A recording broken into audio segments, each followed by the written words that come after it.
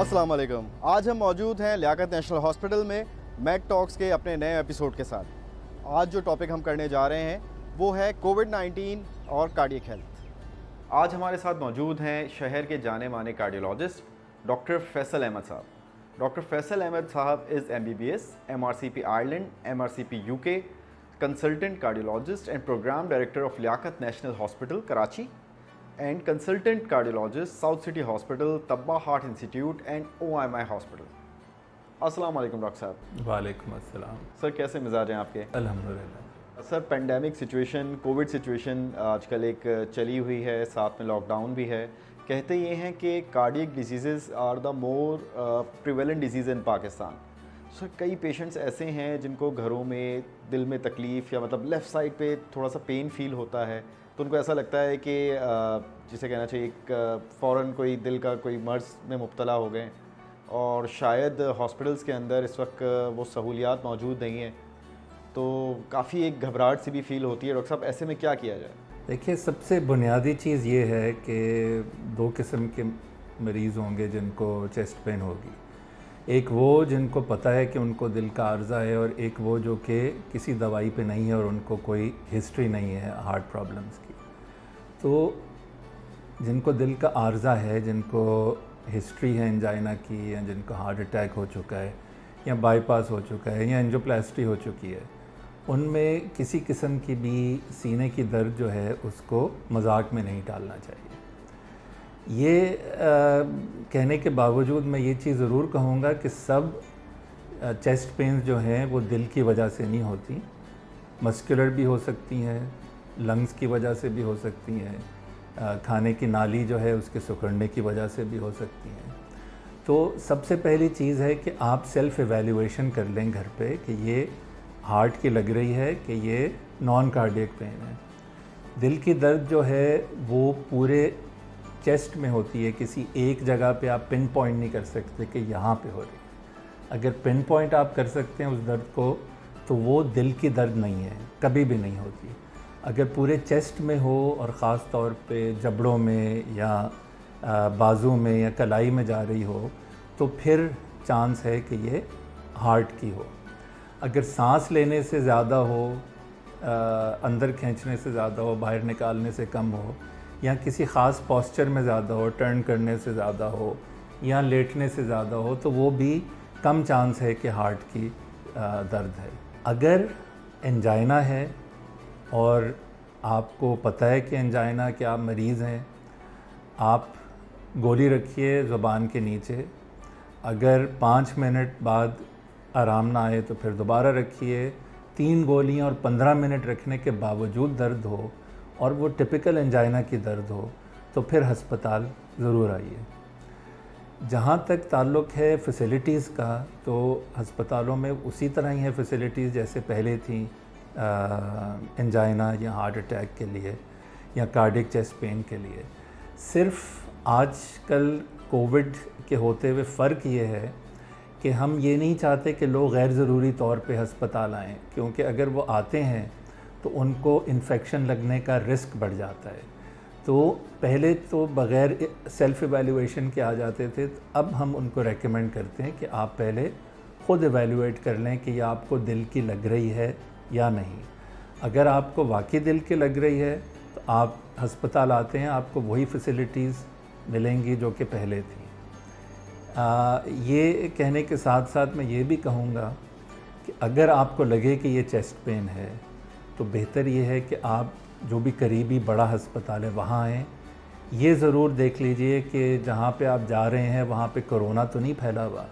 आजकल ख़बरें हैं कुछ कि कुछ सरकारी हस्पताल हैं जहाँ पे कोरोना फैला हुआ है, वहाँ का रुख ना कीजिए।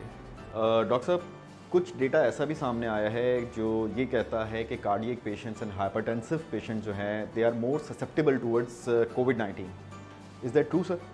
देखिए, दो चीज़ें हैं इसमें, इन्फेक्शन की ससेप्टेबिलिटी और जब इन्फेक्शन हो जाए तो कोई बुरी चीज़ होने की ससेप्टेबिलिटी।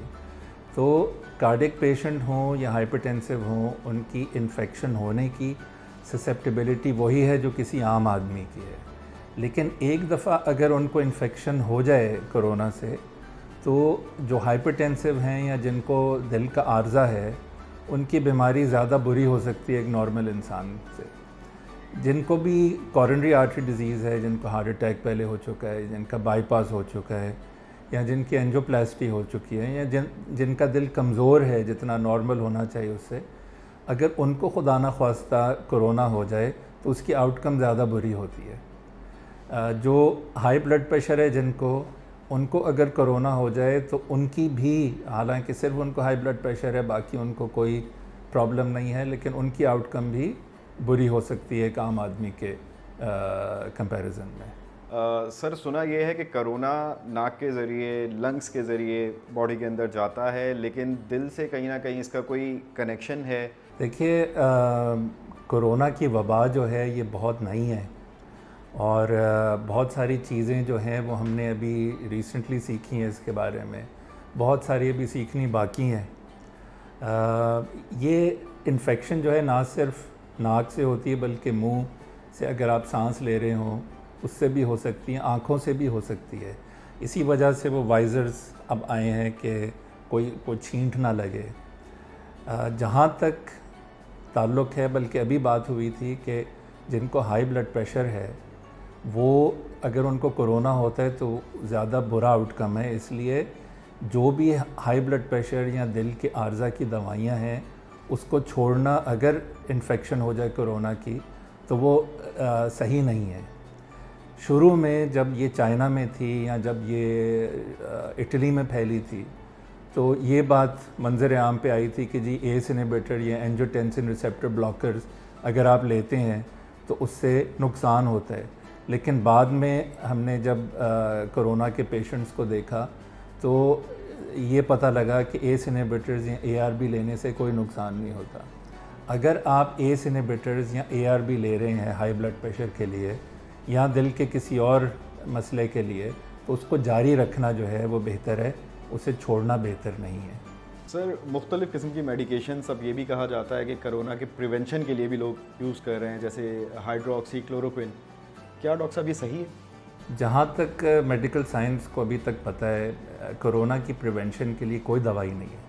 प्रिवेंशन सिर्फ सोशल डिस्टेंसिंग, मास्क आप पहनते हैं, जो भी गवर्नमेंट ने हमें SOPs बनाए हैं, जो हमें प्रिकॉशंस बताई हैं, उसी से कोरोना की प्रिवेंशन है। बीच में हाइड्रोक्सी क्लोरोक्विन जो कि मलेरिया में भी दी जाती है, उसके बारे में बहुत मशहूरी हुई थी कि ये प्रिवेंट करेगी या कोरोना का इलाज है इसमें। तो ये बिल्कुल, अभी तक जो रिपोर्ट्स हैं, अभी तक जो क्लिनिकल फाइंडिंग्स हैं, ये बिल्कुल गलत है।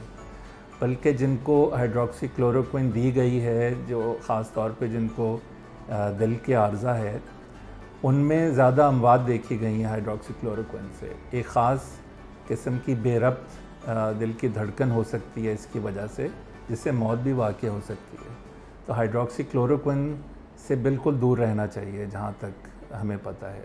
सर, कार्डियक पेशेंट्स को एडिशनल प्रिकॉशंस कौन से लेने चाहिए और अपने आप को कोरोना से कैसे महफूज रखना चाहिए सर? देखिए, मुबारक महीना है रमज़ान का, तो रोज़े भी हैं कोरोना के साथ ही। कुछ प्रिवेंशन, कुछ प्रिकॉशन रमज़ान में हार्ट पेशेंट्स के लिए ज़रूरी हैं। अगर हार्ट फेलियर के पेशेंट हैं, हार्ट फेलियर का मतलब है कि दिल जितना काम करना चाहिए नॉर्मली उससे कम काम कर रहा हो, ऐसे लोगों को हम डायूरेटिक्स देते हैं जिससे पेशाब ज़्यादा आता है, जिसमें पानी की और नमकियात की कमी हो सकती है। ऐसे मरीज़ सिर्फ उस वक़्त रोज़ा रखें जब वो अपने कार्डियोलॉजिस्ट से मशवरा ले लें। जहाँ तक कोरोना से बचने का ताल्लुक़ है, तो जो प्रिकॉशन एक आम आदमी को लेने चाहिए वही लेने चाहिए एक हार्ट पेशेंट को। एडिशनल प्रिकॉशंस कोई ख़ास ऐसे नहीं हैं जो कि लिए जाएं, लेकिन अगर आपको ज़रा सा भी शुबा हो कि आपको इन्फेक्शन ना हुई हो तो अपना फ़ौरन जाके कोरोना टेस्ट कराएं, क्योंकि अगर कोरोना की इन्फेक्शन किसी हार्ट पेशेंट को हो जाए तो उसकी आउटकम ज़्यादा बुरी होती है एक नॉर्मल आदमी के मुकाबले में। सर, सुना है जो कोरोना पेशेंट्स हैं उनके जो रिदमियाज़ हैं वो थोड़े से चेंज हो जाते हैं, मतलब बढ़ जाते हैं कि, तो क्या एक नॉर्मल आदमी फ़र्ज़ करें जिसको अगर कोरोना हुआ है तो क्या उसको चांसेस हैं कार्डियक डिजीज़ डेवलप होने के? देखिए, फिर वही बात आती है कि कोरोना जो है वो एक नई बीमारी है जिसके बारे में हम सीख रहे हैं। अगर उन्होंने हाइड्रोक्सीक्लोरोक्विन नहीं ली या कोई ऐसी दवाई नहीं ली जिससे बेरब्त हो सकते हैं हार्ट, तो कोई सिग्निफिकेंट इंक्रीज़ नहीं है डिस्रिथमिया में। अलबत्ता मैं कल या परसों ही पढ़ रहा था कि एक बच्चों में बीमारी होती कावासाकी डिज़ीज़, जिसमें दिल की शरियानें बंद हो जाती हैं या बलून की तरह फैल जाती हैं, एन्यूरिज्म्स। तो ये अभी रिसेंटली देखा गया कोरोना वायरस से बच्चों में। आगे जाके क्या होता है, कोई कोरोना के साथ डिस्रिथमिया की एसोसिएशन होती है कि नहीं, लेकिन अभी तक कोई ऐसा एविडेंस नहीं है कि कोरोना जिनको इन्फेक्ट करती है उनका दिल बेरब्त हो जाता है। अगर किसी को पहले से बीमारी है हार्ट की या दिल की धड़कन बेरब्त होने की, जैसे एट्रियल फिब्रिलेशन है या कोई और चीज़ है, तो वो इन्फेक्शन की वजह से वर्स हो सकती है। और देखा ये गया है कि जब इन्फेक्शन ख़त्म होती है तो वो फिर बेस लाइन पे आ जाते हैं। सर, आपने बच्चों के बारे में बताया, कुछ बुज़ुर्ग हजरात भी हमारे यहाँ ऐसे होते हैं जो दिल के आर्जे में मुब्तला होते हैं। सर, उनके बारे में आप क्या कहेंगे? देखिए, अभी तक ये देखा गया है कि 65 साल की उम्र से जो ज़्यादा हैं उनको उनमें अगर कोविड हो जाए, कोरोना इन्फेक्शन हो जाए, तो उसकी आउटकम बुरी होती है। उसकी काफ़ी वजूहात हैं। एक तो ये है कि इम्यूनिटी उनकी उतनी स्ट्रॉन्ग नहीं होती जितनी थोड़े से कम उम्र के लोगों की होती है। एक और बहुत बड़ी वजह है, लेकिन कंट्रोवर्शियल है, कोई ख़ास उसमें एविडेंस नहीं है, वो है विटामिन डी की डिफ़िशेंसी। जिनमें विटामिन डी कम होती है उनमें कोरोना, कहते हैं कि उसमें उनमें कोरोना की इन्फेक्शन जो है वो ज़्यादा बुरी आउटकम दिखा सकती है। अब हमारे साउथ ईस्ट एशिया में, इंडिया, पाकिस्तान, श्रीलंका, बांग्लादेश में हमने देखा है कि 80 से 85% लोग जो हैं उनमें विटामिन डी की कमी है। अच्छा, ये जो वैल्यूज़ हैं विटामिन डी की, ये हम वो फॉलो करते हैं जो कि यूरोपियन और अमेरिकन पॉपुलेशन में होती है, जहाँ पे सूरज उतनी आबोताब से नहीं चमकता जितना यहाँ पे। हो सकता है कि जो विटामिन डी हमारी होती है ये हमारे लिए नॉर्मल हो सकता है ना हो, लेकिन विटामिन डी की कमी लेबॉरेटरी वैल्यूज़ के हिसाब से 80 से 85% है साउथ ईस्ट एशिया में। तो अगर कोई 65 साल से ज़्यादा के हैं तो कोई हर्ज नहीं उनको विटामिन डी सप्लीमेंट्स देने में फ़िलहाल, जब तक कि कोरोना है। प्रिवेंशन उसी तरह ही है कि contact, lockdown, social distancing etcetera. ऐसा भी हमने देखा है कि जो बहुत एल्डरली हैं, जैसे 80-85 साल के, उनको इन्फेक्शन हुई लेकिन बुखार नहीं हुआ। अगर कोई बुज़ुर्ग हैं और उनकी नॉर्मल रूटीन में कोई चेंज आ गया, जैसे बहुत ज़्यादा सोना शुरू हो गए हैं या बातें जो हैं वो बिल्कुल सही नहीं कर पा रहे, तो उसमें भी सस्पेक्ट करना चाहिए कि कोई अंडरलाइंग इन्फेक्शन ना हो।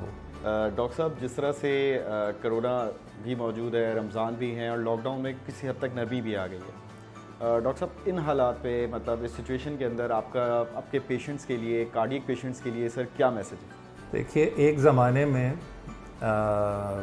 जो साइंटिफिक लैंग्वेज थी वो थी लैटिन।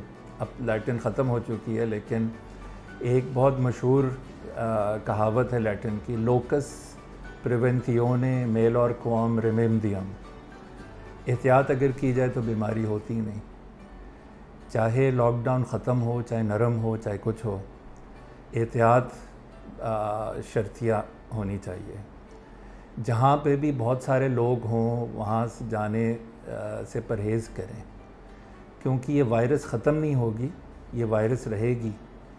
ये वायरस जो है इसकी शायद कोई इलाज आ जाए, इसकी वैक्सीन आ जाए, अभी तक तो कुछ पता नहीं। जो SOPs बने हैं, जो गवर्नमेंट ने हमें चीज़ें बताई हैं इसके प्रिवेंशन के लिए, उसे पूरा फॉलो कीजिए और अपने बुज़ुर्गों का उतना ही ख्याल रखें जितना बच्चों का, जितना अपना। उनको ये ना समझें कि वो बोझ हैं या वो बुज़ुर्ग हो गए हैं, उनका उतना ख्याल ना रखा जाए। मेरा यही मैसेज है। सर, इस पेंडेमिक कंडीशन के अंदर आप अपने क्लिनिक पे मौजूद हैं, तो सर ऐसे में डॉक्टर्स के लिए सर आप बाकी कम्युनिटी के लिए क्या मैसेज देंगे सर? ये बहुत अच्छा आपका सवाल है। डॉक्टर जो हैं फ्रंट लाइन पे हैं, उनको ज़्यादा रिस्क है इन्फेक्शन का, और काफ़ी अमवात भी हुई हैं डॉक्टर्स की। जहाँ तक ओपीडीज़ का ताल्लुक़ है, जनरल फिजिशंस बहुत सारे वो नज़ला ज़ुकाम, खांसी, इस तरह की चीज़ें देखते हैं, और ज़ाहिरी बात है आप तफरीक नहीं कर सकते कि किसको कोविड है, किसको नॉर्मल फ्लू है। ऐसी सूरत में देखिए पर्सनल प्रोटेक्शन तो अपनी जगह वो है, वो हैज़मेट जो पहना देते हैं, उसका आईसीयू से बाहर उसका अभी तक कोई ख़ास फ़ायदा नज़र नहीं आया। बेहतर ये है कि देखिए लोगों को ज़रूरत है क्लिनिक्स में जाने की, और जनरल फिजिशंस जो हैं उन्हें भी काम करने की ज़रूरत है। तो एक अच्छी चीज़ जिससे प्रिवेंशन भी हो सकती है और मरीज़ भी देखे जा सकते हैं, वो ये कि आप जब क्लिनिक कर रहे हों तो जो स्क्रब्स होते हैं जिनमें सर्जरी करते हैं हॉस्पिटल डॉक्टर्स, वो पहन के आप वो पहन लीजिए। उसके ऊपर एक गाउन पहन लें, वो भी सर्जिकल गाउन, अपना मास्क और वाइज़र ताकि आपकी आंखें प्रोटेक्ट रहें, वो आप पहनिए। आप ग्लव्स पहनिए, आप सोशल डिस्टेंसिंग रखिए मरीज़ से। अगर आपको किसी को फ़िज़िकली एग्ज़ामिन करना हो तो आप उसका इस्तेमाल कीजिए डिसइंफेक्टेंट का। आप रोज़ फ्यूमिगेट कीजिए अपने क्लिनिक को। इन चीज़ों से जो है कोविड होने का चांस काफ़ी कम हो जाता है। जहाँ तक हॉस्पिटल डॉक्टर्स का ताल्लुक़ है, तो जो नॉन आईसीयू डॉक्टर्स हैं, जो आईसीयू से बाहर काम कर रहे हैं, उनको भी यही चीज़ें अगर वो करें तो उनको भी प्रोटेक्शन होती है। लेकिन ख़ास तौर पे जो आईसीयू में काम कर रहे हैं, वो पर्सनल प्रोटेक्शन गियर पहन के आईसीयू में जाएं। और जो भी आपके ओनर हैं हस्पताल के, अगर प्राइवेट हॉस्पिटल है या अगर गवर्नमेंट हॉस्पिटल है, तो जो भी बोर्ड मेंबर्स हैं उनसे कहें कि नेगेटिव प्रेशर होना चाहिए आईसीयू में। हमारे किसी आईसीयू में नेगेटिव प्रेशर या हो सकता है इक्का दुक्का में हो। जो वेंटिलेटेड पेशेंट्स होते हैं, ख़ास तौर पे इनको कोरोना होता है, जब वो वेंटिलेटेड होते हैं तो उनकी जो सांस बाहर जाता है वो ड्रॉपलेट इन्फेक्शन बन के पूरा फैल जाता है आईसीयू के अंदर, क्योंकि नेगेटिव प्रेशर नहीं होता, स्कैवेंजिंग मैकेनिज़्म नहीं होता वेंटिलेटर में, तो जो भी आईसीयू में जाता है उसको इन्फेक्शन होने का रिस्क होता है। ये ज़रूर कीजिए, नेगेटिव प्रेशर, और या फिर वेंटिलेटर ऐसा हो जिसमें स्कैवेंजिंग मैकेनिज़्म हो। तो ये मेरी एडवाइस है मेडिकल प्रोफेशनल्स के लिए। बहुत शुक्रिया सर आपके कीमती वक्त का। बहुत ही कम वक्त में बड़े कॉम्प्रिहेंसिव मैनर में आपने हमारी रहनुमाई की, और नो डाउट ये इन्फॉर्मेशन हमारे लिए बहुत ही ज़्यादा इम्पॉर्टेंट है और इस पर अमल हम ज़रूर करेंगे। जैसे कि आपने सुना कि डॉक्टर साहब ने बहुत ही डिटेल में कोविड-19 और कार्डियक पेशेंट्स के बारे में हमें बताया, और नो डाउट कि अगर हम इन बातों पे अमल करें तो अपने आप को भी महफूज रख सकते हैं और अपनी कम्युनिटी को भी महफूज कर सकते हैं। ये ज़िंदगी सेहत से ही है और हमें मिलकर ये जंग जीतनी है। आप लोगों से मुलाकात होती है मैड टॉक्स के नेक्स्ट एपिसोड के साथ। अल्लाह हाफ़िज़।